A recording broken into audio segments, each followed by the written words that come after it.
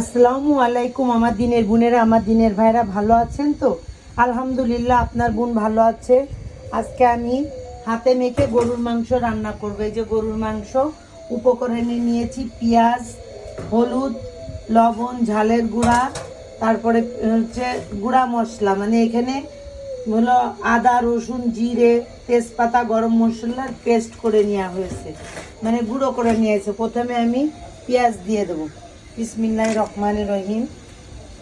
তারপরে দেব হলুদ, ঝাল আর লবণ।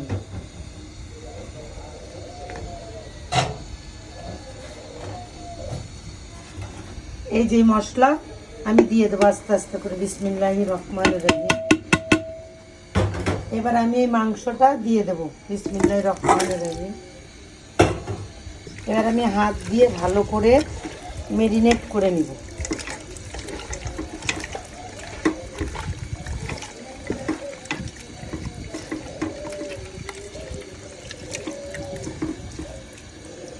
দেখুন কালারটা কত সুন্দর হয়েছে, মেখে নিয়েছি। এখন আমি গ্যাসের চুলায় চড়াই দেবো, বিসমিল্লাহির রহমানির রহিম।